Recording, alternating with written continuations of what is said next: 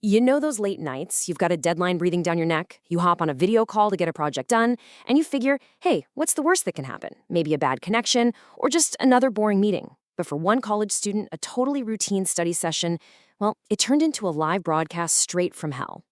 No, really, think about it for a sec. Accidentally leaving your mic on, your boss seeing the pile of laundry in your room. For a student named Sam, the answer to that question became a waking nightmare that he eventually shared online. All right, let's get into this. So our story starts with Sam. He is a pretty diligent college student just trying to get his work done. He's alone in his room, it's about 9 p.m., and he's on a Zoom call with 3 classmates he barely even knows, David, Kareem, and Katie. They've got this group project due, his roommate's out for the night, it's supposed to be the perfect setup to just buckle down and finish it. But after about a half hour of research, you know that feeling. The energy in the virtual room is just gone. The work is tedious, you can practically feel the yawns through the screen. Katie finally says what everyone's thinking. This is so boring. And so the group decides, okay, 15-minute break, but they all just stay on the call. And this is the exact moment where everything changes. To break up the monotony, one of the students, David, he decides he's going to show them something different. And I'm not talking about a meme or some funny video. That's what he says. He tells them to just forget the project for a minute. He's like, do you want to see something truly interesting? And honestly, they're so bored, they're curious. They all agree. A moment later, a file just pops up in the chat. Sam clicks on it, and his screen is just filled with this absolutely horrifying image. It's a woman, and you can see she's in agony. Her limbs, they've been amputated.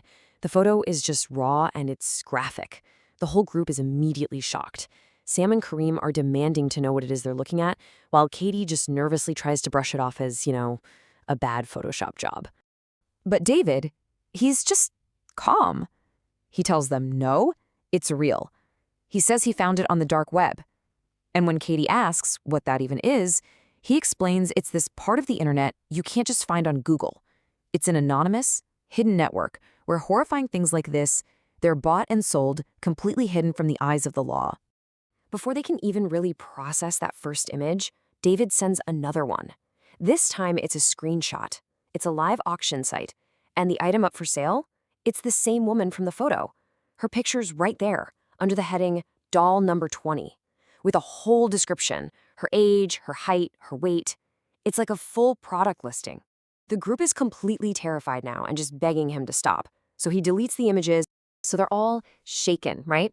They try to get back to the project, just desperate to think about anything else. But the horror, it wasn't just on their screens anymore.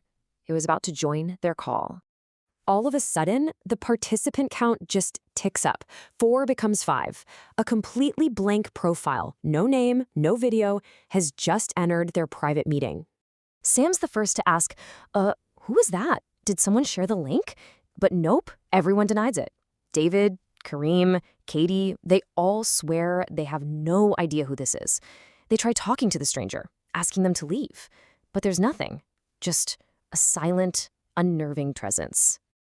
And then it gets weirder. One by one, the video feeds for his classmates just lock up. It looks like your classic bad connection, but it happens all at once, perfectly synchronized.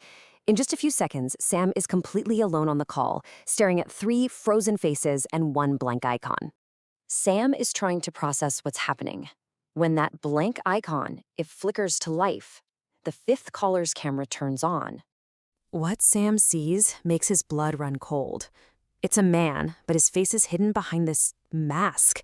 And it doesn't look like rubber or plastic. It looks like the real severed head of a pig. And there's blood still dripping from it. Then the man starts to speak, and his voice is just filled with rage. He goes on this terrifying rant about how people repeat the same mistakes over and over, how they're all foolish. And he says, you people deserve for bad things to happen. Sam is trying to move his cursor, to close the window, to do anything, but his computer is completely frozen. He's trapped. He's forced to just sit there and listen as the man in the mask finishes his thought with a chilling promise. The man then picks up his camera and just pans it across this dark room. And there, in the corner, is the woman, the exact same woman from the dark web photos, alive and crying out in pain. It was all real. The man turns the camera back to his own face, looking directly at Sam through the screen. He gives one final warning, then he turns back to the woman, raises an axe, and brings it down right there on the live video. Sam is so horrified, he literally runs from his computer and gets sick. When Sam finally gets himself back to his computer, the call is over. He messages his group chat. David and Karim saw everything. And get this, each of them experienced the same thing. Their own screens showed everyone else frozen. Only Katie claims she didn't see it. She says her computer glitched and she just shut it down. The whole incident leaves Sam completely traumatized. But life, it just keeps going. Sam barely makes it through the rest of the semester, but 6 months go by. He graduates, he gets a part-time job, and slowly that memory starts to feel distant, almost like a horrible dream he could convince himself wasn't real. He comes home from work one evening, just going through the motions, following this routine he's built to feel normal again. But waiting for him, right on his doorstep, is something that shatters that fragile peace completely. It's just a plain, unmarked envelope. No stamp, no return address, which means someone placed it there by hand. With this feeling of absolute dread, he picks it up and opens it. Inside, there's a single photograph. It's his classmate, Katie, the one who claimed she never saw the video. And she's in the exact same state as the first victim. Her arms and legs gone. Printed right above her picture are 2 words and a number, doll number 21. The man's final words are just echoing in his mind. The next time will be your turn. Sam posted his story online, absolutely terrified, convinced that the killer now had his address. He asked a simple question. Do I go to the police and risk being the next target, or do I stay silent and just live in fear? It's a horrifying dilemma, and it really highlights this modern fear that the darkest corners of the internet aren't as far away as we think. It's a stark reminder of how important digital privacy is, and how careful we have to be about what we look at and who we let into our digital lives. So I'll leave you with the same question he asked the world. What would you do?